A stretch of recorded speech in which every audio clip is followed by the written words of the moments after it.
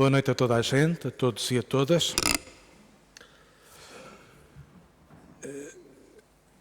Conto-vos uma história bonita que está a acontecer e que nos congrega cá hoje.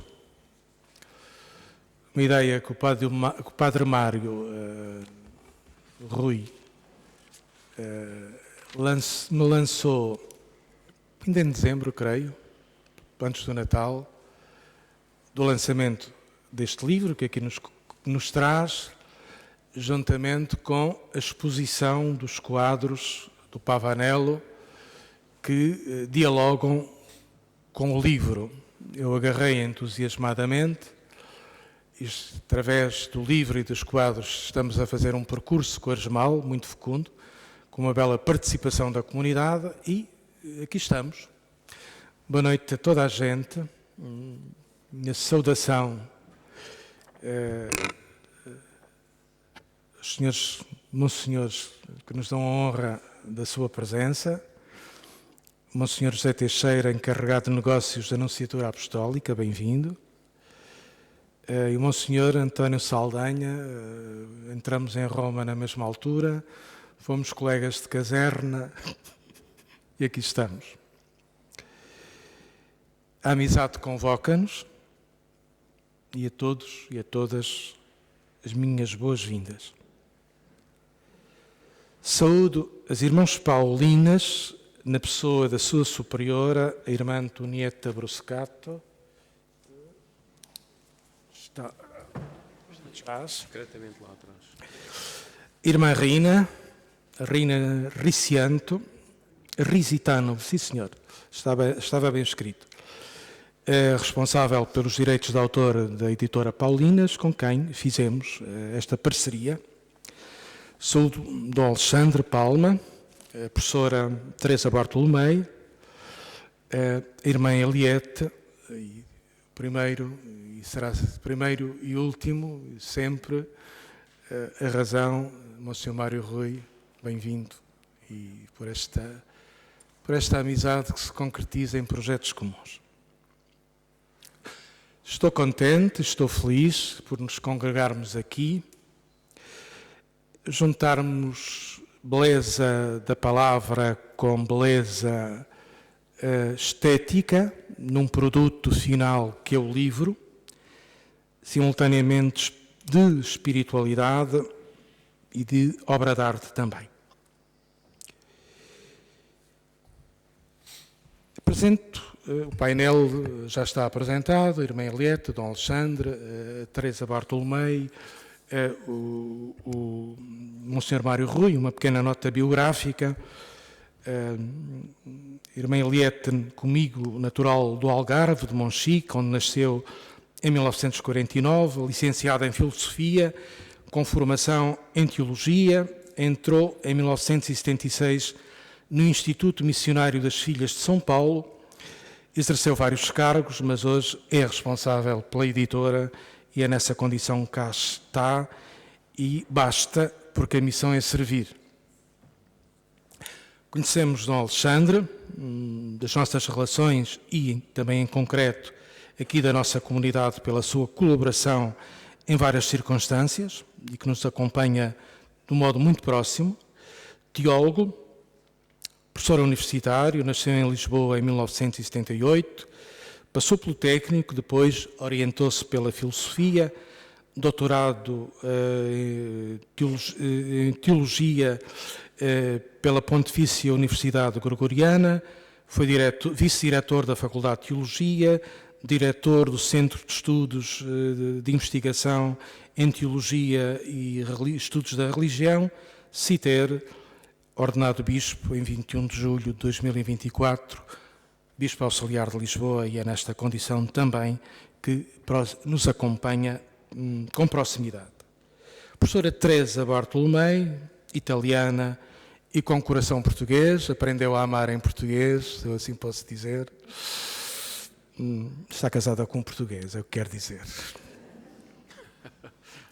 É investigadora integrada do CITER, professora convidada da Faculdade de Teologia da Universidade Católica Portuguesa, O seu trabalho centra-se particularmente na área da teologia, na relação com a literatura, literatura e escritura, literatura e linguística, dimensões da cidadania cristã, democracia, eclesialidade, presença ativa no catolicismo contemporâneo à Itália e colaboradora na revista italiana Revista del Clero Italiano.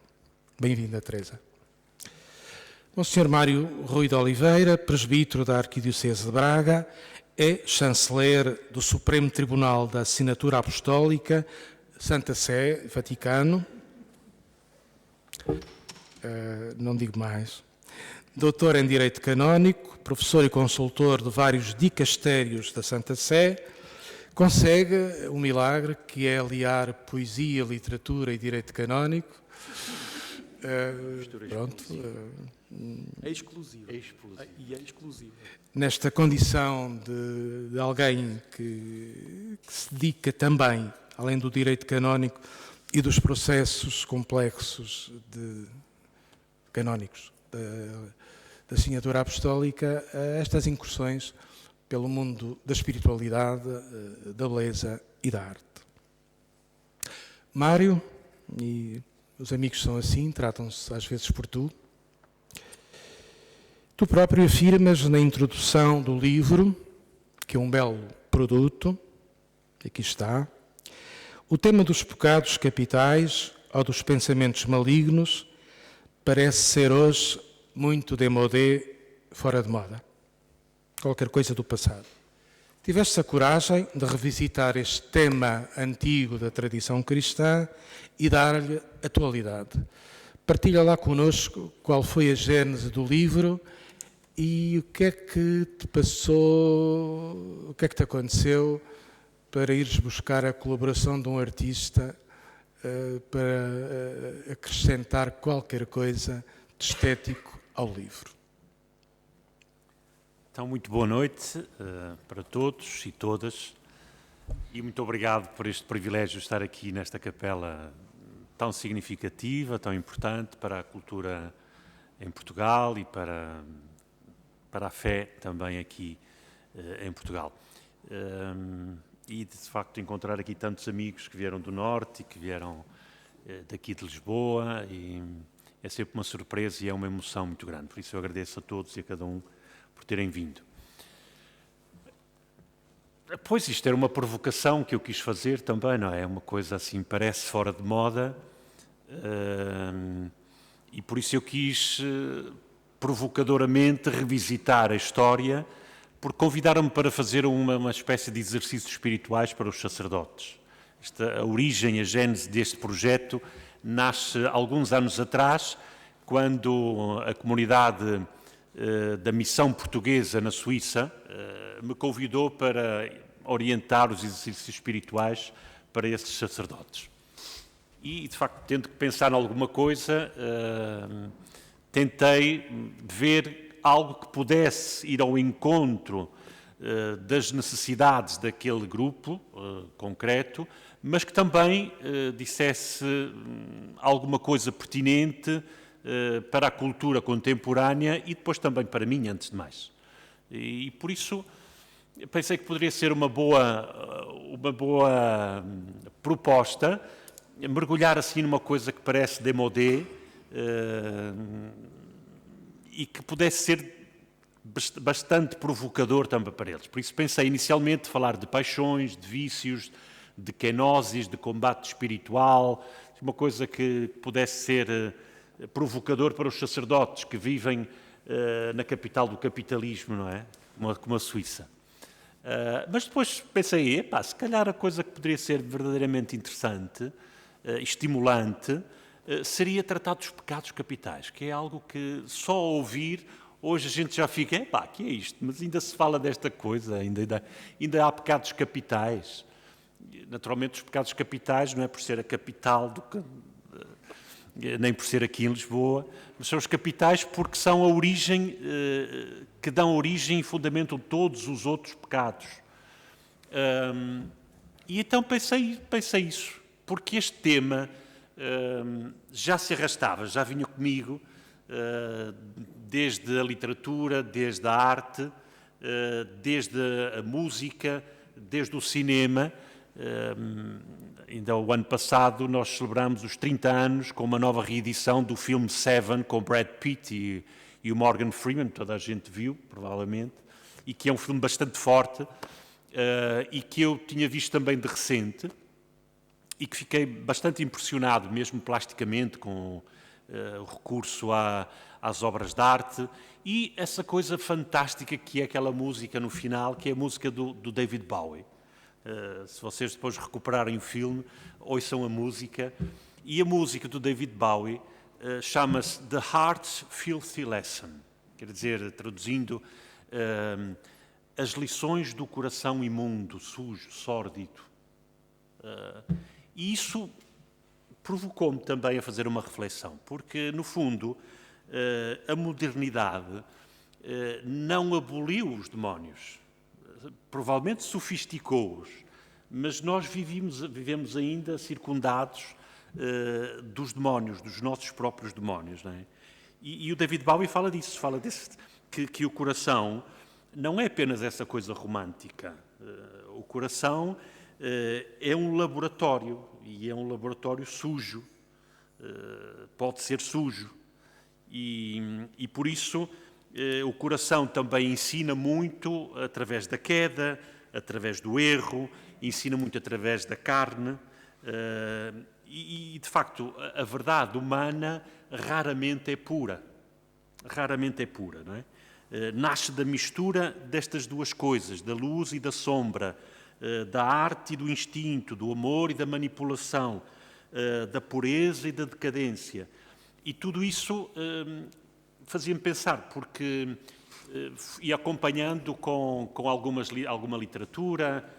Um dos prazeres das editoras era convidar escritores famosos, o Evelyn Vaughan, o Walden, a escrever sobre, dando-lhe um pecado capital para que eles desenvolvessem aquele tema. E havia coisas verdadeiramente deliciosas e existencialmente muito importantes. Além disso, ia acompanhando também com a arte, com aquilo que se faz na arte, desde os ícones da Idade Média, as iluminuras, os manuscritos, século XII, XV, o Giotto, que personificava os pecados capitais em Pádua, ou então essa obra maravilhosa que todos nós conhecemos, que é do Bosch, que está no Museu do Prado, que são as mesas, os pecados capitais, que nos entravam assim, a vida os pecados entravam-nos pela retina com toda, até com um senso de humor. E tudo isso foi assim alimentando esta coisa, assim, por que não? Pode ser uma coisa interessante. As pessoas hoje não ouvem mais falar dos pecados capitais, dos pecados, e pode ser um tema interessante, porque eu acho que, vocês desculpem, são todos leigos, mas é uma confissão assim muito, muito de padre. Acho que isto tem tudo muito a ver com a vida dos padres, a questão dos pecados capitais. Desde a gula, a luxúria, a ira, a cólera, a avareza, o orgulho, a vaidade, tudo isto, não só com a vida dos padres, atenção, diz respeito a todos nós, não é? Mas, como eu tinha que falar para os padres, pensei que isso poderia ser uma coisa interessante. E, portanto, digamos que, para não prolongar muito, a gênese vem nisso. Depois levei também o tema para os padres dos Açores, que me convidaram já o ano passado.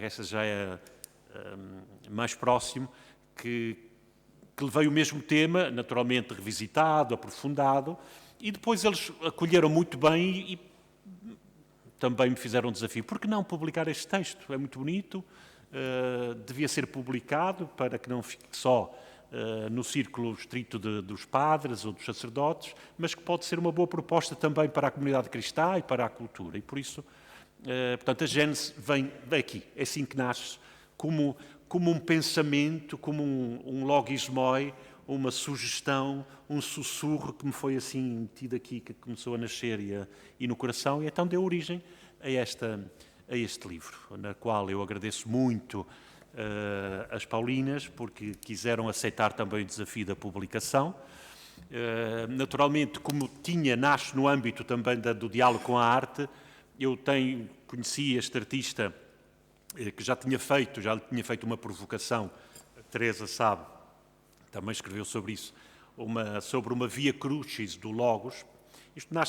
Estes artistas são muito do âmbito da vanguarda italiana, dos anos 60, 70, com a poesia visual.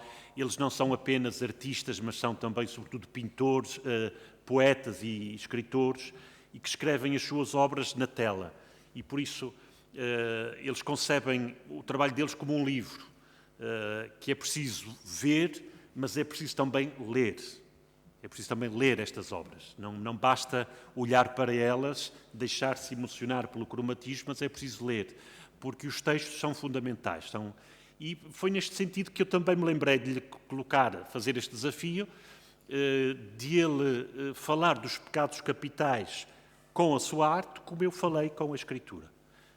E nasceu este diálogo, esta simbiose, que me parece que funcionou bastante bem, e as Paulinas, também com a irmã Rina, que está aqui connosco, e que com a sua tenacidade e dedicação quis levar para a frente também este projeto, e por isso creio que como objeto também é muito bonito, e é assim, é a gênese deste projeto. Obrigado, Mário. E pergunto à irmã Eliette, que agarraram como editora o projeto do Padre Mário, e ele aqui está, como produto que nos é dado. Que aventura foi esta, como editora, editar simultaneamente um livro e uma exposição? Boa noite a todos. Saúde particularmente a mesa, o ciclo. Para nós foi uma provocação e eu senti um desafio e ao mesmo tempo uma grande alegria quando o Padre Mário nos propôs esta publicação. Exatamente porque é um livro que é uma provocação. E penso que nós, no tempo em que vivemos, temos que fazer alguma coisa que acorde as pessoas. Que seja alguma coisa não do mesmo que já costumamos publicar. E então, praticamente, a resposta foi imediata, aceitamos imediatamente a proposta da publicação do livro, e depois, quando soubemos que havia esta ilustração, não podemos fazer a menos que não publicá-la. E depois ficamos ainda mais felizes e contentes quando soubemos que o Padre António também aceitava ter a exposição aqui, que podia ficar este tempo todo, para que as pessoas pudessem admirá-la, gostar, refletir, porque não basta olhar, precisa ser lida, não é? Precisa ser lida.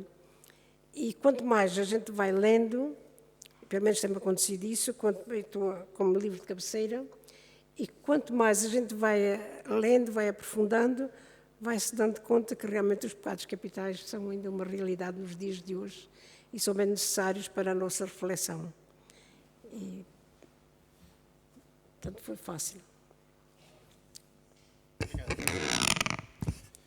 Teresa, não é frequente um livro de espiritualidade trazer dentro de si uma exposição de arte. Este traz. Como interpretas, do teu ponto de vista de leitora da cultura, de crítica filosófica ou linguística, este encontro entre texto e imagem, que é uma imagem não figurativa e uma imagem diferenciada? E Pavanello, confesso, deixa-nos dar alguma perplexidade. Com que critérios de leitura ou de visão podemos nós olhar para estes quadros e trazê-los à nossa vida?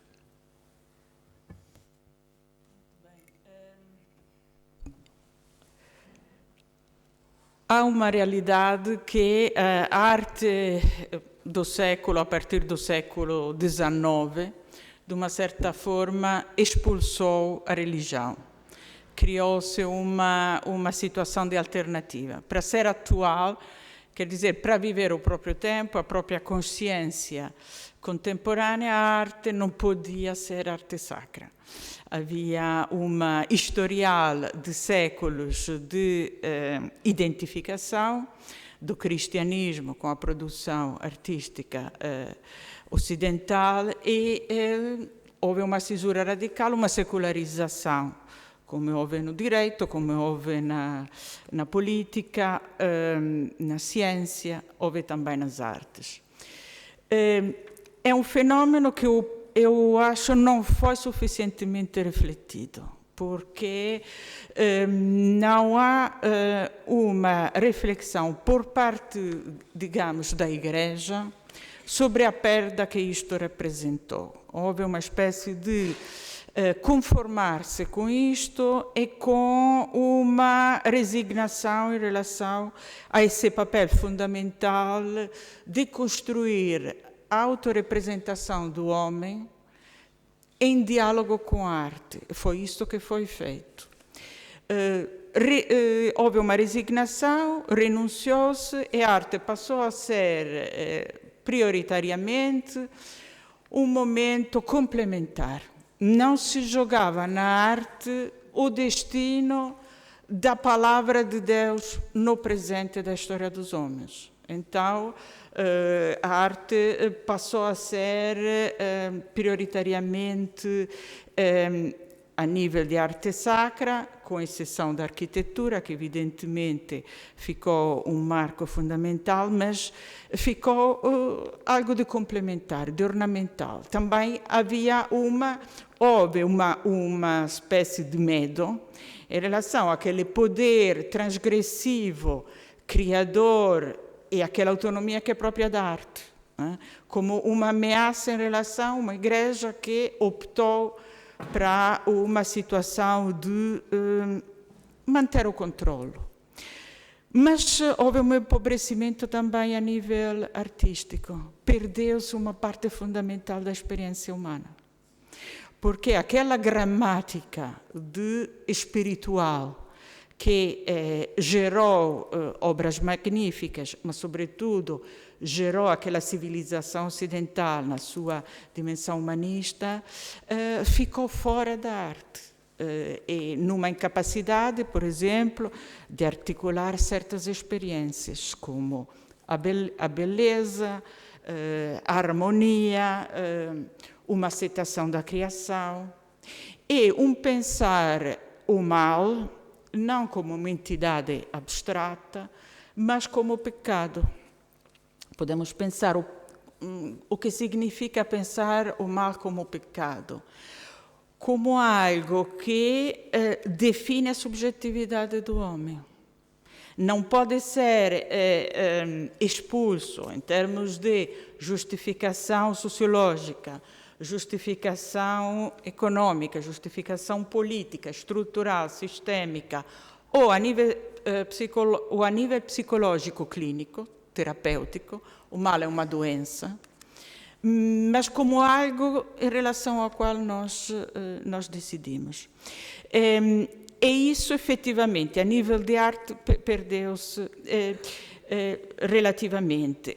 Há uma mudança. Nos últimos anos há eu acho, uma aproximação entre a experiência religiosa e a investigação artística, porque há consciência que a nossa sociedade está numa direção que é progressivamente de perda da centralidade do ser humano. É uma sociedade que é sempre mais orientada a um modelo de performatividade econômica, técnica, em que a economia e o poder, de uma certa forma, definem os objetivos coletivos. A dimensão do sentido, que é aquilo que nos define como seres humanos, passa a ser secundária. A arte passa pelo sentido, a experiência de fé passa pelo sentido. Então, aqui há uma necessidade de tutelar o ser humano nesta dimensão de autocompreensão e uma convergência.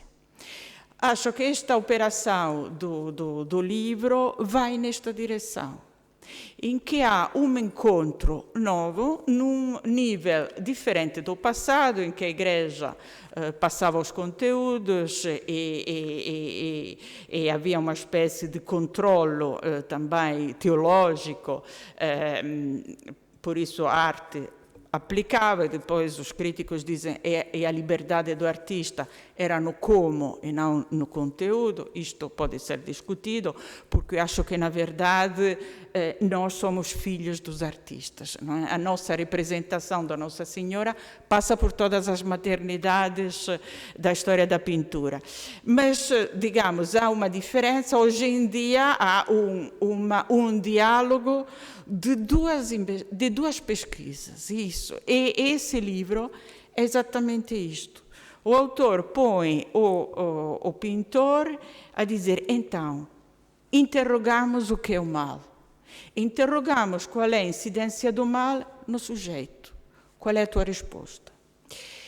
Por que é necessário? Porque nós somos seres que passam pela palavra e pela imagem. São duas dimensões complementares, que se tornam interdependentes perante situações de, digamos, aquilo que nenhuma informação contém.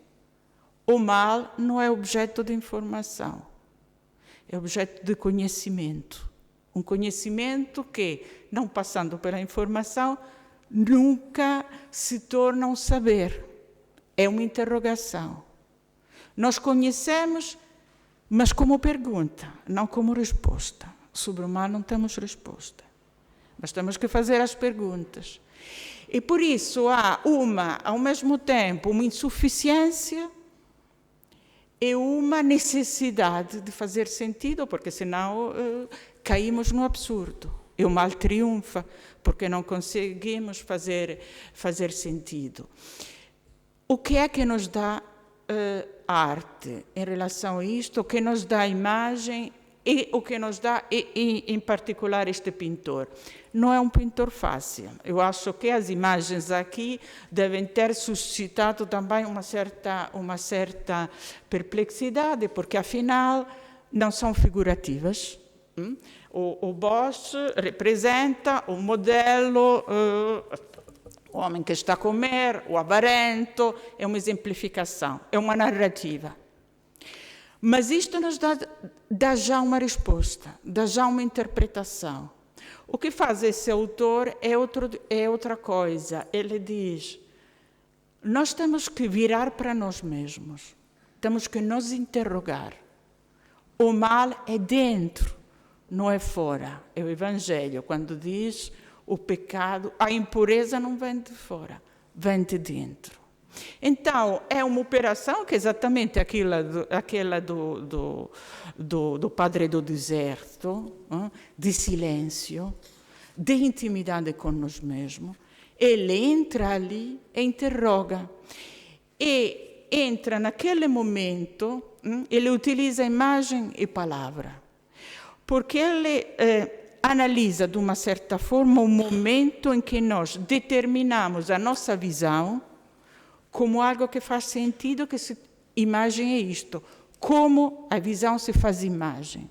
Ele diz, através da palavra. A imagem não é palavra, mas se faz visão por meio da palavra. Nós construímos a nossa imagem por meio da palavra.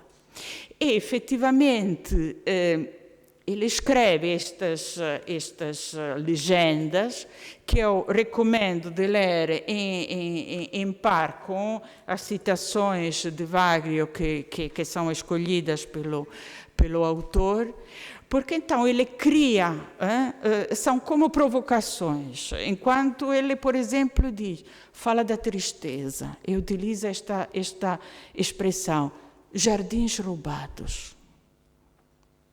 Eu vejo a tristeza. Essa palavra me deixa visualizar a minha tristeza. Não a define, não é um saber, mas fica inesquecível. E quando, por exemplo, fala da avareza, aquele rato que está na cloaca. É uma imagem, não é uma definição. Mas cria algo que me ajuda a lidar com aqueles pensamentos, com aquelas pulsões, com aquelas forças que dentro de mim são o pecado. Algo que nós sentimos dentro de nós como algo de independente de nós. O rato, o jardim roubado, aquela primeira imagem que é o gigante surdo-mudo e cego, o King Kong. O mal é isto que entra dentro de nós e se apodera de nós, contra o qual nós lutamos. E aqui acabo. É interessante ver que no Purgatorio de Dante, a primeira experiência, quando entram, depois os dois poetas passam na anticâmara, depois entram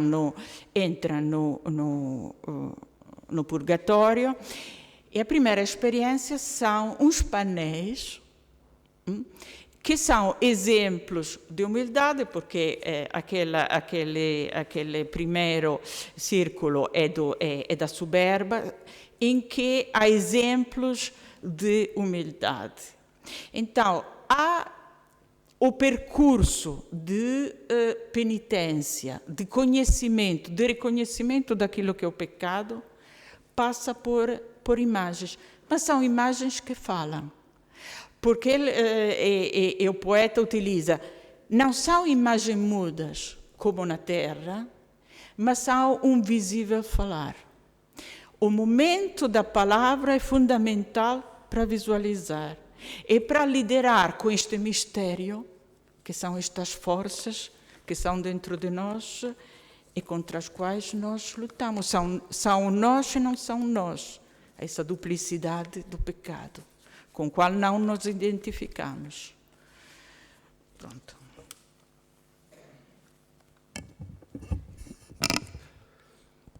Dom Alexandre, nos anos 60, já, Thomas Merton, na introdução a uma coletânea de apotegmas dos Padres do Deserto, intitulada em espanhol La Sabiduría del Deserto, escreveu: que ganância nos leva a navegar até à luz se não somos capazes de cruzar o abismo que nos separa de nós próprios. E leio na introdução que escreveste ao livro do Mário, a coincidir com Thomas Merton. Estranha ironia esta. Enquanto nos íamos colocando mais e mais no centro do universo, íamos tornando cada vez mais periféricos a nós próprios.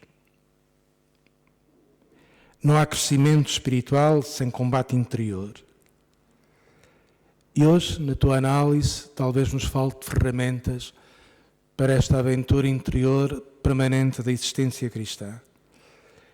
É o combate espiritual perfeitamente atual? Bem, boa noite a todos. Antes de responder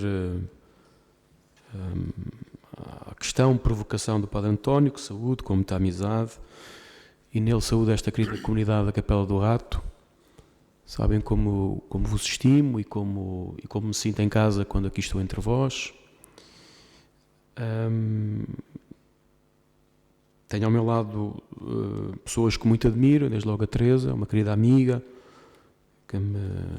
com quem aprendo muito, mas mais do que aquilo que se aprende é a relação e a cumplicidade que se foi cumprindo, que se foi acontecendo ao longo dos anos. Saúde também a irmã Eliette, que tenho uma grande admiração pela irmã Eliette, pelo seu... Ela é o rosto de uma família de vida cristã, que são as Irmãs Paulinas, que discretamente fazem uma obra decisiva do futuro, que é, como ela dizia, ajudar-nos a conhecer o passado, mas a sonhar um futuro diferente na Igreja e no mundo. E nós precisamos muito de livros, irmãs, e bons livros. Precisamos nós, precisa o mundo, mas precisa também a Igreja. Uma Igreja, um cristianismo sem livros seria uma caricatura da sua própria história e, portanto, não podemos tolerar isso.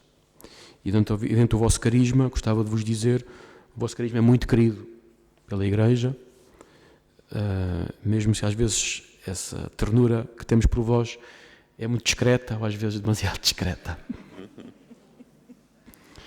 E já agora que falo a tantos irmãos, comprem livros, está bem? Está bem? Comprem livros, eu não tenho comissão. E saúde, obviamente, o Mário, que é um querido amigo, das muitas qualidades que aprecio no Mário, sublinho apenas esta, que é a sua enorme generosidade. É uma pessoa de uma enorme generosidade. Quem o conhece sabe que é verdade, quem não o conhece, descubra. Dito isto, eu tinha aqui um conjunto de coisas que já tinha pensado dizer e obviamente aqui ao longo da conversa ter-me visto aqui a notar mais coisas, porque isto é assim. Mas não vou fazer como os políticos e vou responder mesmo à pergunta que é feita.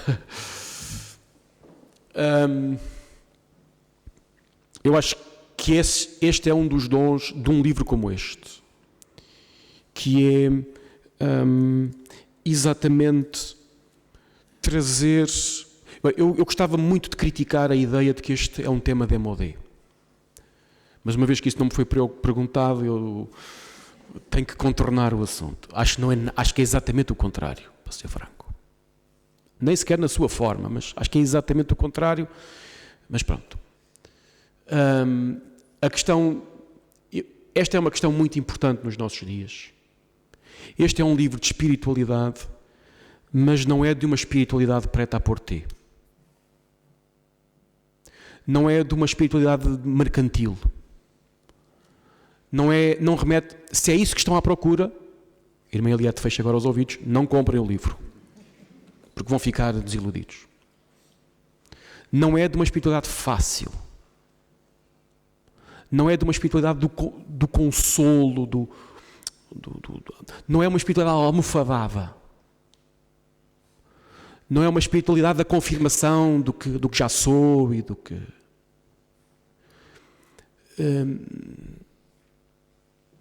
E isto é decisivo nos nossos dias. Porque há muita contrafação de espiritualidade.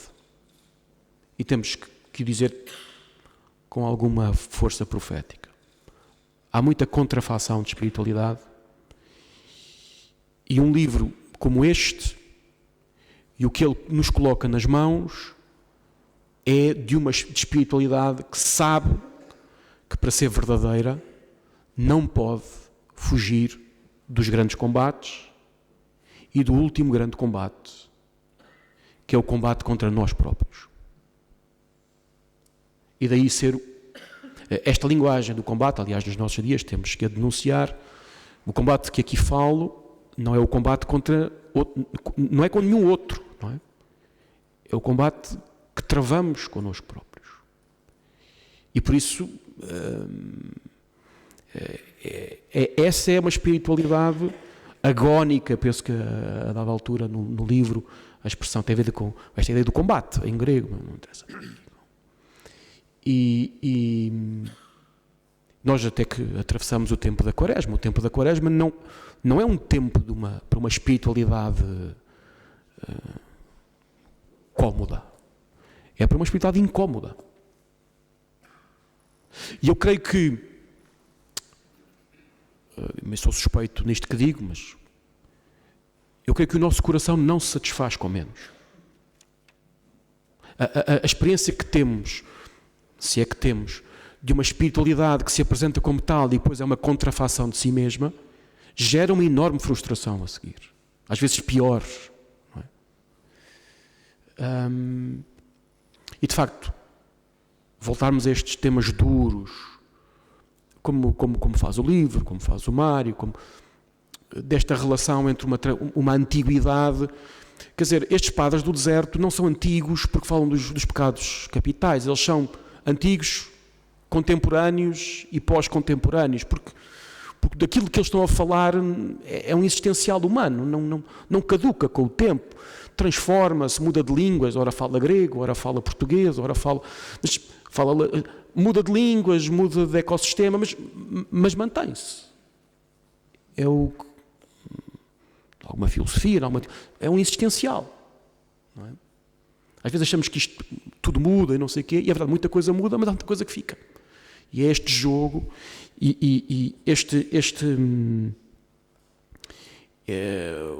o que este livro nos provoca, nos interroga, é também um bocadinho acerca destas coisas. Não é? E acho que isto é mesmo muito importante, e já agora, se permitem, só para fechar a resposta, até que pastoral queremos fazer e que caminho espiritual queremos fazer com as pessoas, se a Igreja quiser estar a fazer não mercantilismo espiritual, mas a fazer caminho espiritual. Não é? Provavelmente, desculpem que diga assim, uma proposta mais simples, se calhar tem mais efeito imediato, mais sucesso imediato. Não é? Mas se é esse o serviço a Deus e à humanidade que somos chamados a fazer, eu acho que é muito mais este serviço de profundidade e não tanto essa ilusão de extensão. Se quiserem, também posso dizer alguma coisa sobre o DMOD. Então disse agora. Não, pronto, obrigado. Obrigado por me perguntar isso, então. Quer dizer, eu acho que nós vivemos um tempo em que aquilo de que mais temos medo é de nós próprios. Há muitas coisas que nos assustam, mas temos medo de nós próprios. Nós já não somos de uma geração que acredite no bom sauvage, isto é, que há um estado natural de bondade que depois até... Não, nós já não acreditamos nisso. Ou seja, nós acreditamos, nós já não nos experimentamos assim. Sabemos que dentro de nós habitam imensos demónios. Chamemos-lhe assim ou chamemos de outra forma. E somos inseguros relativamente a nós próprios. Não é por acaso que muitas das patologias do nosso tempo são patologias do mundo interior. Sem querer aqui meter a foice em seara que não é minha. Não é? E é por isso que voltar a estes assuntos não é voltar ao passado, é exatamente entrar no presente. Por isso é que eu não acho que é nada demodé, porque isto é a forma dos antigos falarem dos combates da vida interior, do medo que temos de nós próprios, das inseguranças que trazemos em nós, do derradeiro combate, que é por causas justas no mundo, na sociedade, na política, é pelo testemunho do Evangelho, na igreja, e depois é este combate, o derradeiro combate, de nos educarmos de alguma maneira, não é? E é por isso que eu acho que o reconhecimento que nos habitam uma série de demónios, sejam assim nomeados, sejam assim representados ou de outra forma, é uma coisa que é muito do nosso tempo. Porque até nós vimos de uma cultura, até do ponto de vista da arte, não é? Que aprendeu não apenas a desenhar, a representar o mundo exterior, mas a representar o mundo interior. Falou-se aqui, por exemplo, nós temos aqui em Lisboa o Bosch, mas as Tentações de Santo Antão, quer dizer, que de alguma maneira... Ou, por exemplo, vejam o Dalí, por exemplo, de alguma maneira, são formas, são exercícios de dar imagem ao mundo interior. A pintura, a arte, ela não apenas representa as paisagens do exterior, ela, a dada altura, começa a querer cartografar a paisagem do interior. E é isto que, de alguma maneira, nós temos que é aquilo que estamos aqui a conversar, de alguma maneira, não é? Termino só isto que é... mal estaremos nós se os únicos que dão imagem ao nosso interior sejam os médicos ou os técnicos de imagiologia, não é? Que tiram raio-x, fazem taques, que fazem... Nós precisamos de uma imagiologia da humanidade, da fé, deste mundo interior, não é? E este livro, de alguma maneira, ajuda, aliás, no diálogo entre palavra e imagem, que já aqui foi falado, mas se repararem, é interessante como há uma certa horizontalidade em muitos. Por um lado, o texto não é só texto, aqui apetecia-me discutir com a Teresa, porque o texto, as letras também são desenho, até porque muitas delas são escritas em grego, provavelmente uma caligrafia que para nós... ou para muitos de nós, é desenho, não é? A mesma coisa que se ouvir uma tableta em chinês ou se for ao Egito. Eu sei que aquilo é uma escrita, mas para mim é apenas uma imagem. Mas depois, se repararem, há uma certa horizontalidade em algumas destas... É qualquer coisa que atravessa estas... E no fundo é isto que nos atravessa. E se repararem, algumas são espinhosas. Não é? Isto é, quando aquilo atravessa, rasga um sulco cá dentro. Então, o que se está a fazer por palavra e por imagem, que aqui faz uma espécie de simbiose, se posso dizer assim, precisamos de um departamento clínico só para a radiografia da alma, se posso dizer assim. Precisamos e é um bocadinho isto que o livro procura fazer também, não é? Ou seja, precisamos de uma não apenas de uma literacia da nossa humanidade, mas precisamos também de uma imagiologia da nossa própria vida interior. Um bocadinho isto. E é por isso que eu não acho que isto seja nada démodé. Obrigado.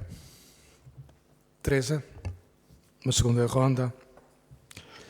Precisamente nos tempos atuais, parece que os demónios da vanglória, da avareza, do orgulho estão à solta e tomam expressões políticas de conquista, de invasão, de guerra.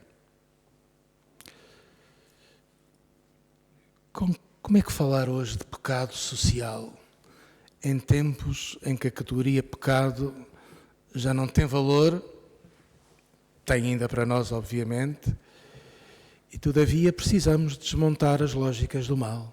Com que instrumentos? Não apenas interiores, mas no espaço público. Bom, isso é uma pergunta que, se eu pudesse responder, evidentemente resolvia muitos problemas da humanidade, não é o caso, mas nós, como os cristãos, acho temos o dever exatamente de dialogar com esta realidade e ver como traduzir a nossa experiência de fé, a nossa experiência de bem, a nossa experiência ética. Há um ponto, porque esta sociedade parece não ter já a noção do pecado e porque está a crescer o mal exponencialmente, sem que se consiga pôr digas, limites. Os limites jurídicos em que nós acreditamos, e que um certo tipo de civilização liberal acreditou, estão a esmoronar, não é? Fala-se do direito internacional, já é papel queimado, são cinzas. Evidentemente, há uma necessidade de uma motivação que seja interior, uma motivação ética. A um ponto, nós perdemos um modelo. Este modelo não regressa. A ideia é que essa normatividade ética é respeitar um código, é a conformação a uma lei, e que esta conformação passa por formas de coerção, de obrigatoriedade externa. Isto, o princípio de autodeterminação subjetiva é um patrimônio, uma intuição que é irreversível. O ponto é, se me deixam fazer uma piada pirosa, mesmo muito pirosa, mas talvez ajude a visualizar qual é o ponto. Porque vem no livro muito claramente como eu determino hoje o pecado, se o pecado não é determinado cumprir a lei. Isso não funciona. Então, como eu identifico o pecado? E o livro diz isto muito claramente. Entre a estrela e espelhos, eu escolho o espelho e não a estrela. Escolho-me a mim. Então, essa é a piada pirosa. Entre Deus deixou lugar a meu. Nós somos capazes só de dizer meu. Já não somos capazes de dizer eu. Há o meu hipertrófico, que quer tudo, pensa poder tudo, ter direito a tudo. E isto é o mal. Isto é realmente o mal a nível individual e coletivo. E isso é algo que nós podemos combater exatamente ajudando, não pondo novos interditos, fazendo uma polícia, digamos, pública, voltando a uma espécie, se me permitem, de lenga-lenga sobre os valores. Porque a questão dos valores é uma questão ideológica, essencialmente. Eu, quando ouço dizer Deus, Pátria e Família, eu digo Deus é a coisa mais importante, é o ser mais importante da minha vida. Mas Deus não é um valor. É reduzir Deus. E Deus é a realidade mais importante da minha vida, mas eu vou construir a minha convivência com pessoas que não acreditam em Deus. Mas em que Deus está ali? Eu vejo Deus nas outras pessoas que não acreditam. E é nisso que eu construo a minha relação. A minha família é a coisa mais importante da minha vida em termos de experiência. Mas eu lido na realidade com pessoas que não têm família, têm formas diferentes. Pátria, eu sou italiana, vivo em Portugal. Posso pensar que a minha pátria e os valores europeus são mais importantes dos valores africanos. A cultura europeia e os valores europeus são mais importantes do que os valores africanos. Não vou longe. O que eu posso construir é exatamente abrir esta brecha de transcendência, de relação com Deus. Acabamos de dizer meu. O que quer dizer Deus? Não é uma palavra designativa. Não, eu não sei quem é Deus. Não sei. É um apelo, é um diálogo, entrar em relação. E esta relação é que é o bem. A nível individual e a nível coletivo. Porque na altura em que eu já não sou o centro do mundo, é que a minha potência, a minha capacidade, o meu êxito, o meu dinheiro, não são a última palavra que eu tenho a dizer sobre a minha vida. Esta relação com Deus passa, faz carne, numa relação comunitária. Eu estou a construir algo de diferente. Tenho que construir isto numa cultura, numa inteligência. Isto é fundamental. Não é com bons sentimentos. A nossa relação com Deus passa por uma revelação. Nós temos a Escritura. Temos a Escritura que é imprescindível, porque é um momento veritativo. E acho que isso é fundamental. Nós vivemos numa sociedade em que a verdade já é uma opção. O que conta é a opinião. Mas, sem verdade, não há uma linguagem comum. Não há uma possibilidade de se entender. E nós estamos ligados a uma tradição em que a verdade é central. É claro que há um mal-estar, até cristão, em relação à questão da verdade, porque, evidentemente, a verdade foi utilizada, por certos aspectos, como uma forma de controlo. A verdade se tornava esse momento doutrinário. E nós dizemos, sim, a verdade, não, mas o cristianismo é sobretudo uma religião do amor e não da verdade. Contrapor estes dois momentos é trair a nós mesmos, porque nós construímos amor na verdade, numa racionalidade que implica o reconhecimento mútuo. Isto, por exemplo, é fundamental este momento da escrita, né? É verdade, o trabalho com a escrita aqui é um trabalho visual, é um visível falar, porque ele nos convida a pensar nesse momento em que a imagem se torna sentido. Nós vivemos numa sociedade de imagens em que a imagem se tornou afásica. Nós somos bombardeados pelas imagens e cada um põe dentro da imagem o que quer. E a imagem já não é verdade. Eu já não sei distinguir entre uma imagem, por exemplo, criada pela inteligência artificial ou para uma imagem autêntica.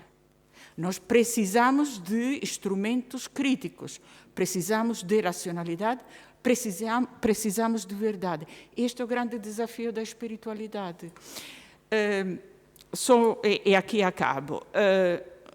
Um filósofo importantíssimo do século passado, Michel Foucault, fez toda a própria carreira em, digamos, desconstruir uma série de modelos de civilização que ele denunciava como um sistema de poder. Então, a verdade científica, por exemplo, o direito eram dispositivos de poder.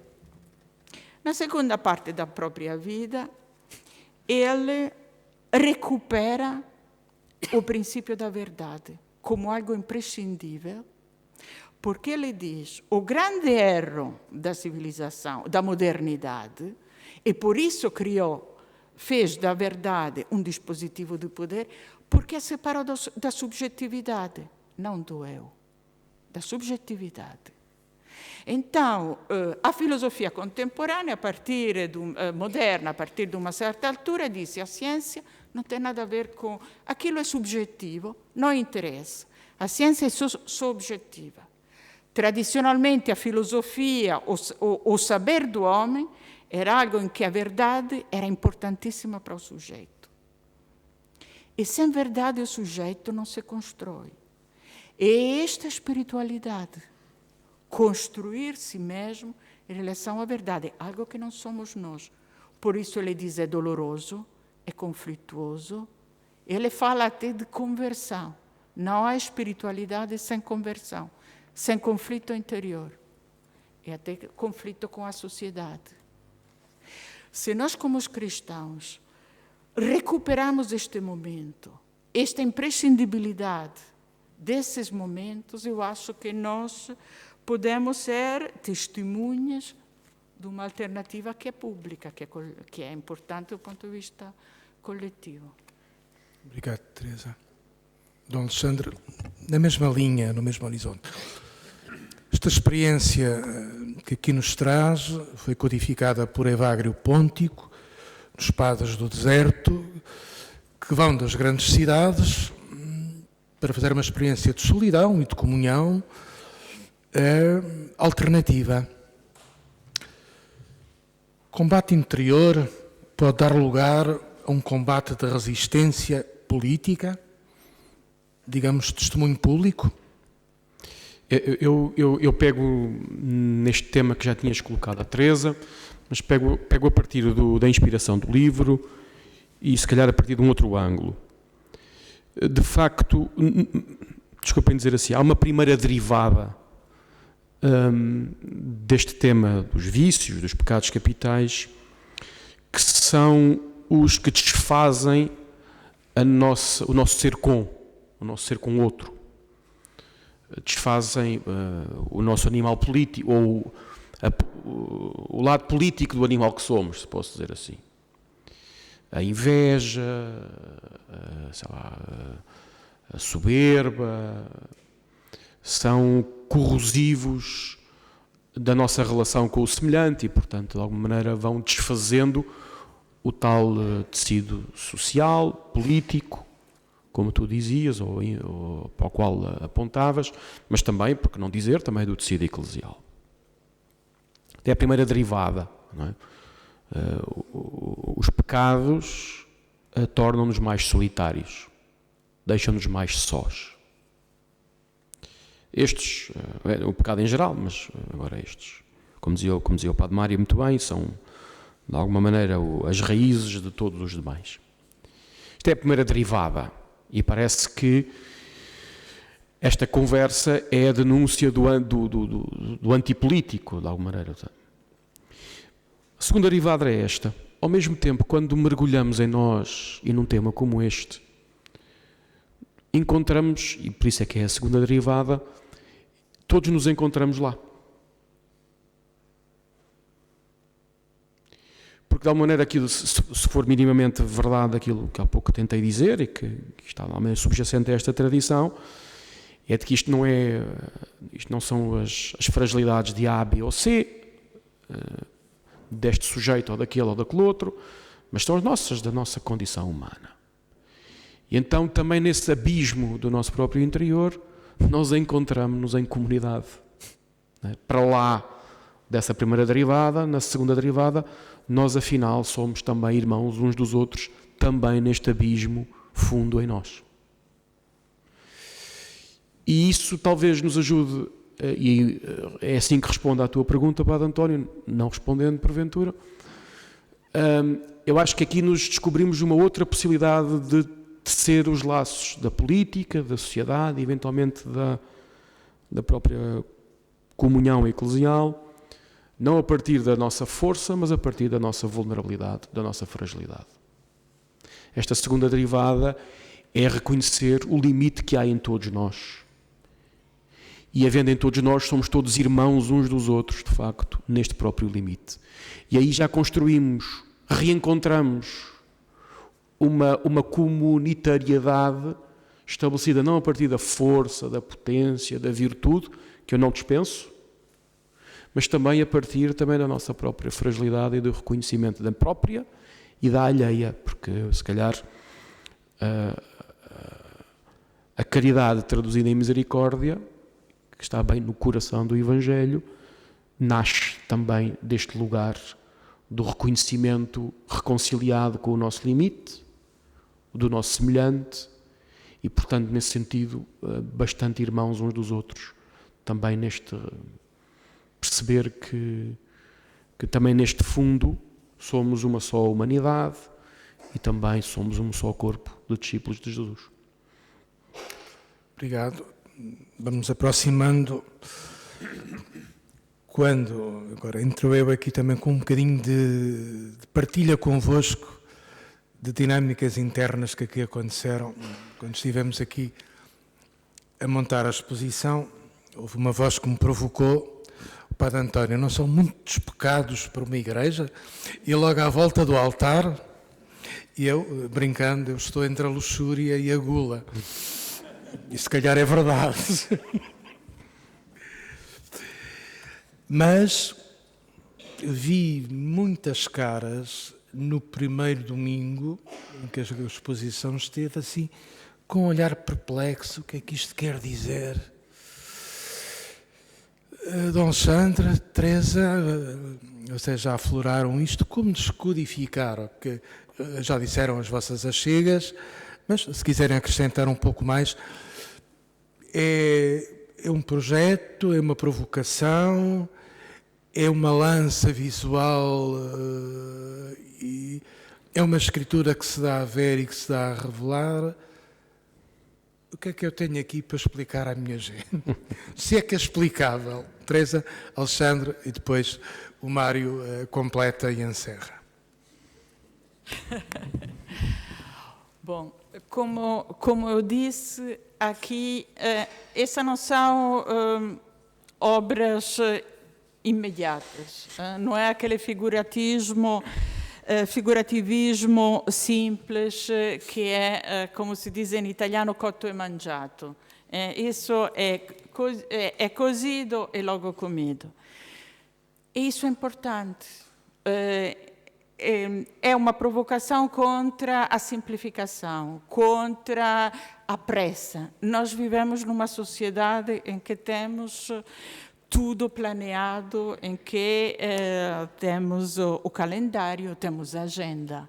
E temos que encaixar toda a nossa vida dentro dos horários. E temos que ser rápidos. Quanto mais rápidos, quanto melhor. Isso não funciona a nível espiritual. Toda a experiência espiritual e os grandes místicos falam de uma irracionalidade temporal total, de tempos perdidos no silêncio, em vaguear, em voltar atrás, em avanços e depois em recuos. Aliás, esta imagem, não é? Um dos pecados capitais é exatamente uma má relação com o tempo. O tempo aqui, na tristeza, de uma certa forma, bloqueia-se. Mas qual é o problema? É que nós queremos dominar o tempo. Não nos reconhecemos que somos criaturas que vivem dentro do tempo, que devem deixar agir Deus dentro do tempo. Então, esta pressa, esta rapidez, nós já não lemos livros, lemos abstracts, lemos a recensão, vamos no ChatGPT e nos dá assim, porque nós temos que ler 10 livros, não ler um. Temos que saber, aliás, temos que saber o que dizem os 10 livros, porque nós vivemos assim, como a performatividade, que se torna um modelo de vida. E nós entramos aqui e não vemos nada. Propriamente, aqui não se vê nada. Isto é uma espécie de hermetismo de cores mortas. O pecado é a morte. Só a luxúria que brilha como uma chama, não é? Com aquelas sereias que nos seduzem os homens, as mulheres não são vítimas da luxúria, mas pronto, isso poderíamos falar sobre esta questão das sereias e sobre esta figuratividade. Então, é a mulher que seduz, mas esta é outra conversa. Mas estas cores cinzentas, mortas, que não são apelativas, que até são repelentes, de uma certa forma. Depois, esta escrita difícil de decodificar. Às vezes, a pessoa tem que ver porque não percebe bem a letra. O que nos diz o escritor, o autor.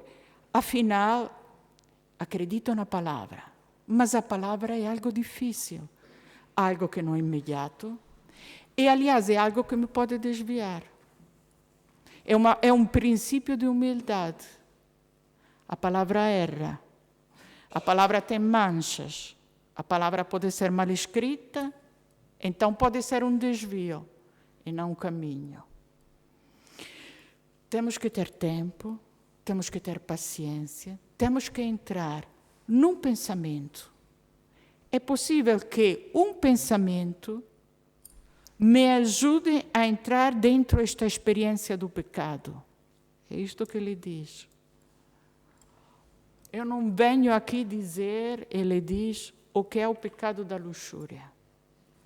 Ele diz, eu venho aqui partilhar convosco o meu medo, a minha experiência de frio, de humilhação, que é passar pelo pecado e pela experiência de morte.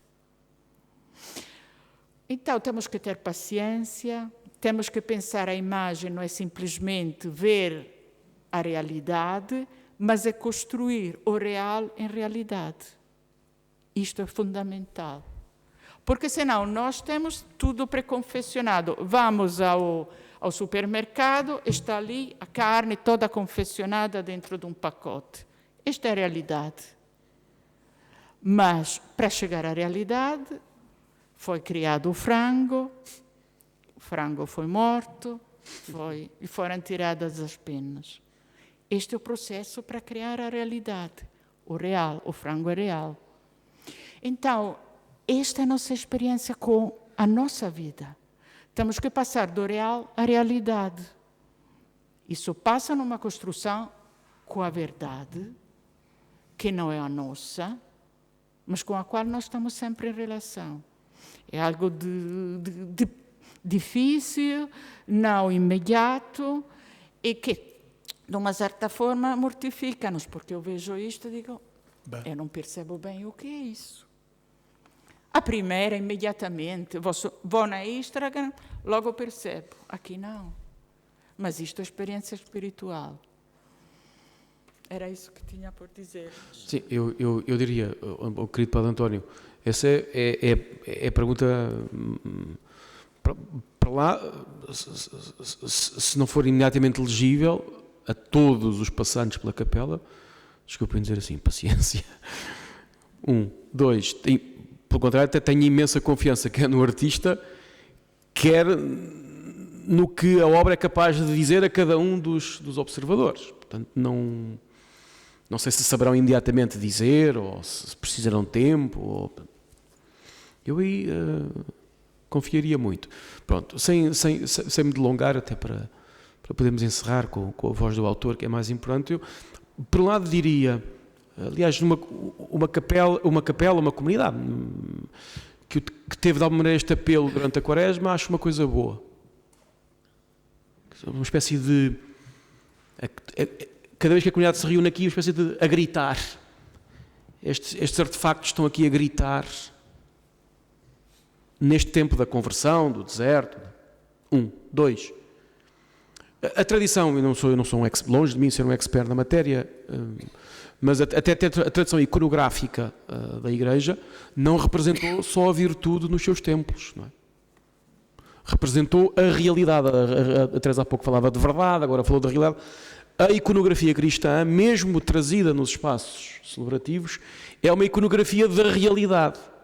Sei lá, estou a pensar nos juízos finais, temos a glória lá nos altos, como temos a danação, ou seja, nesse sentido, tem muito que ver, a meu ver, com o ethos, da fé cristã, do cristianismo, e portanto tem uma tradução também nas suas materializações estéticas. Não é idealista, não é puritana, que é também um movimento cristão, mas o catolicismo, sobretudo, não foi, pelo menos em algumas das suas expressões, não é puritana nesse sentido. Terceiro e último ponto, considerando que é aqui que esta comunidade se reúne para muitas coisas, como esta, mas a mais importante de todas, para celebrar cada domingo a sua fé em torno do altar na Eucaristia. Fazemos Eucaristia com o quê? O que é que pomos sobre o altar? Para trazermos da nossa humanidade que Cristo assumiu, para podermos sacramentalmente cada domingo entregar ao Pai, como Cristo fez, faz e continua a fazer. Isto é a nossa humanidade. Das pessoas que aqui celebram, mas dos que aqui estamos e dos que aqui não estamos. Portanto, para transubstanciarmos também os nossos vícios capitais. Não é isto. Não somos nós.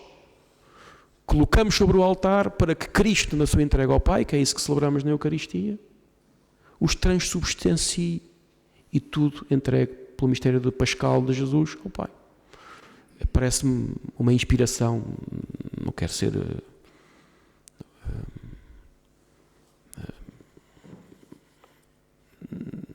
não quero ser exclusivista, mas parece-me uma boa inspiração para a humanidade que trazemos, porque esta comunidade traz, para pôr cada vez que se reúne em torno do altar, para celebrar a sua fé e para celebrar o sacramento da presença de Jesus no seu seio.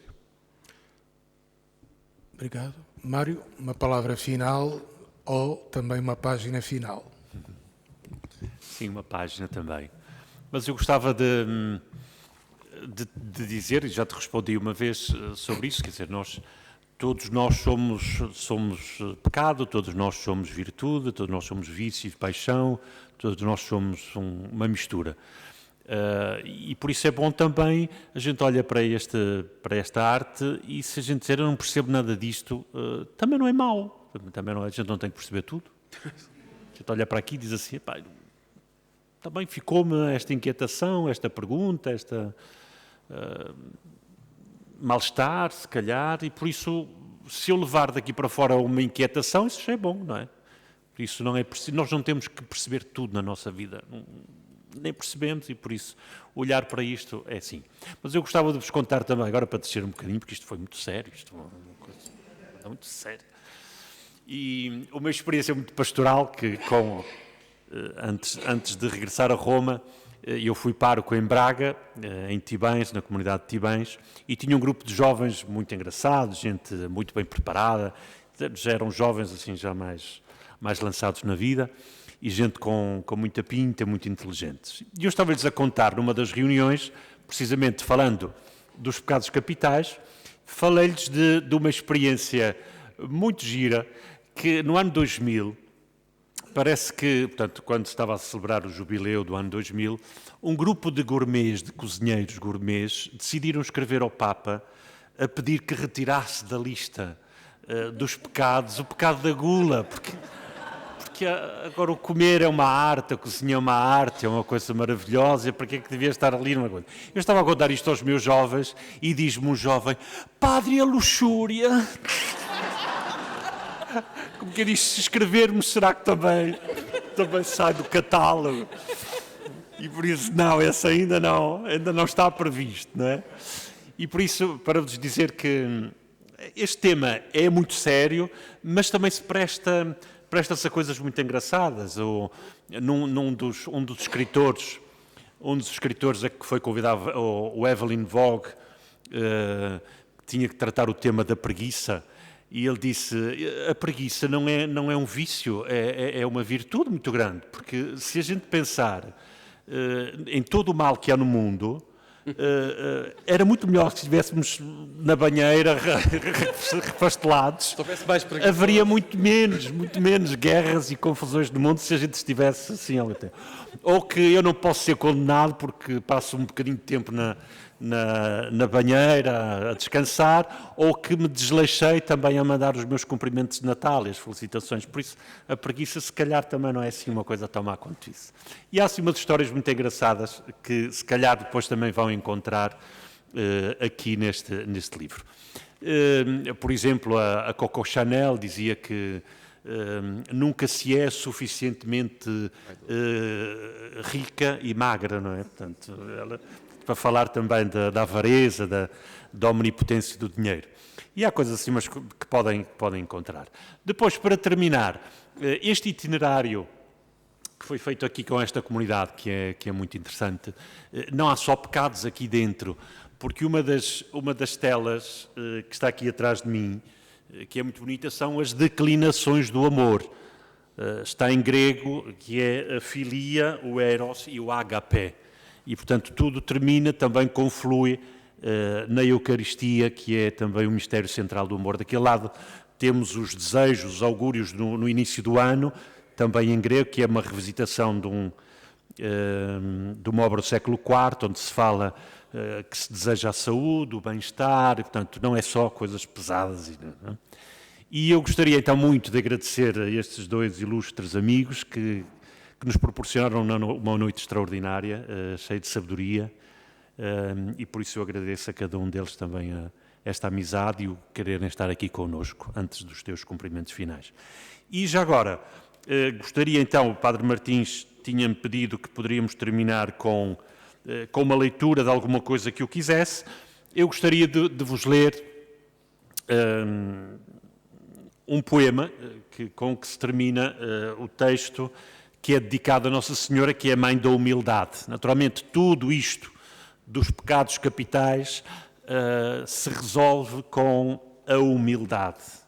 A humildade, que é o segredo, além dos conselhos evangélicos, que era o segredo que os padres da Igreja propunham para combater os logismoi, estes pensamentos malignos, que são sugestões, são sussurros que, diz Evagrio, não depende de nós que eles venham ou não, que apareçam ou não.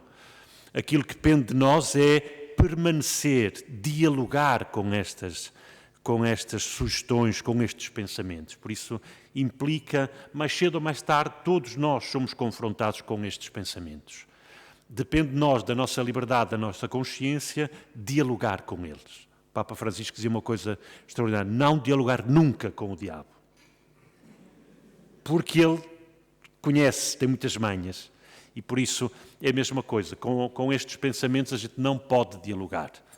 E na ascese, um dos segredos para combater os logismoi é a humildade. E eu termino então com esse texto dedicado a Nossa Senhora, Mãe da Humildade. No silêncio da tua alma, ó Maria, calaram-se os sussurros da gula. Em ti o pão tornou-se a carne de eternidade e a fome transformou-se em saciedade de Deus.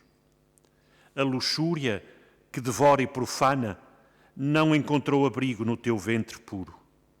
Antes floresceu o amor casto, fecundo, fecundidade que é dom e nunca posse.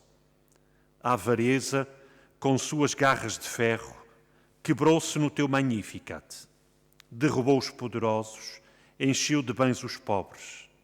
Tu escolheste ser pobre para nos fazer ricos. A ira, serpente de fogo, não ousou soprar sobre ti. Do teu coração manso brotou apenas a paz, e até sob a cruz o teu pranto foi oração. A tristeza, sombra sem aurora, quis cobrir-te na noite de Sexta-feira Santa, mas tu guardavas no seio a promessa do Filho, e a tua esperança brilhou mais forte que as trevas. A assédia, lassidão sem rumo, não pôde deter-te. Apressada foste à montanha de Judá, levando em teu seio a alegria que dança. A vanglória, com seus espelhos mentirosos, não enganou os teus olhos. Tu sabias que a bem-aventurança se esconde na pequenez dos humildes. E o orgulho, rei dos demónios, não encontrou morada na tua carne. Tu te chamaste serva e Deus te coroou de glória. Ó Maria, Mãe de Jesus, tu és a vitória da cruz sobre os logismoi. Tu mostras que a humildade é a espada que vence os dragões do coração. Muito obrigado.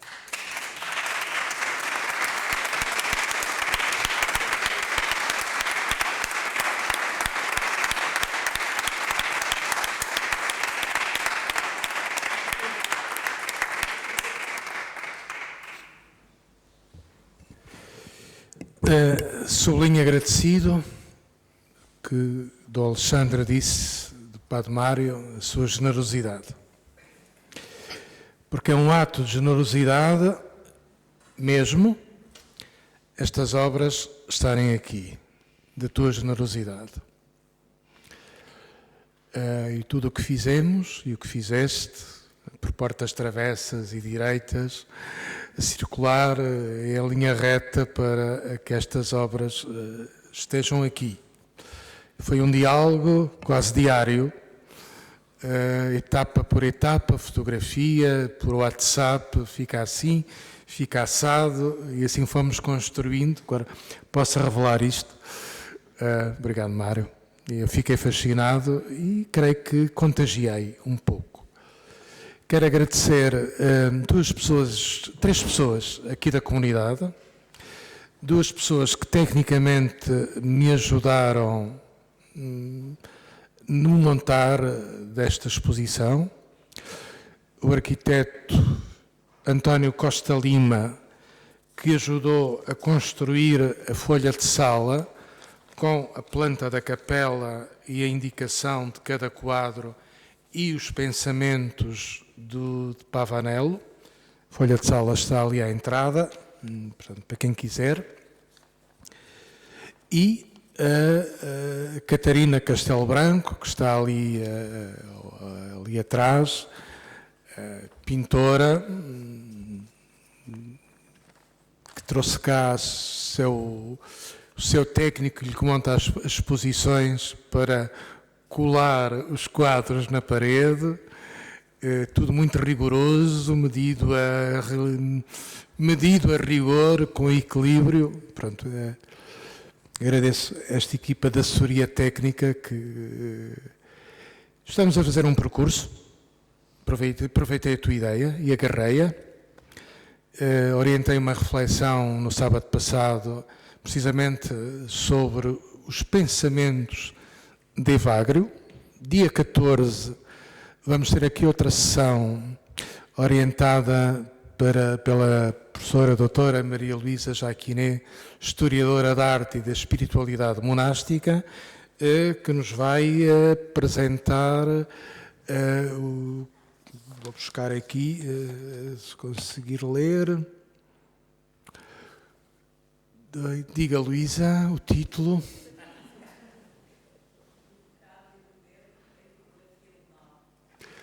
Um percurso pela iconografia do mal, onde esta exposição se encaixa numa continuidade descontinuada. Obrigado. Teresa, obrigado. Brevemente voltaremos aqui noutra circunstância. Do Alexandre, obrigado. Às irmãs Paulinas, obrigado por esta aventura. O Mário e todos nós vos convidamos para qual é a cábula que eu aqui trago? É um vinho Lagoa Alva e uns aperitivos ali à entrada. Padre Mário estará ali ao fundo a autografar os livros a quem quiser. E uma boa noite a todos. Muito obrigado.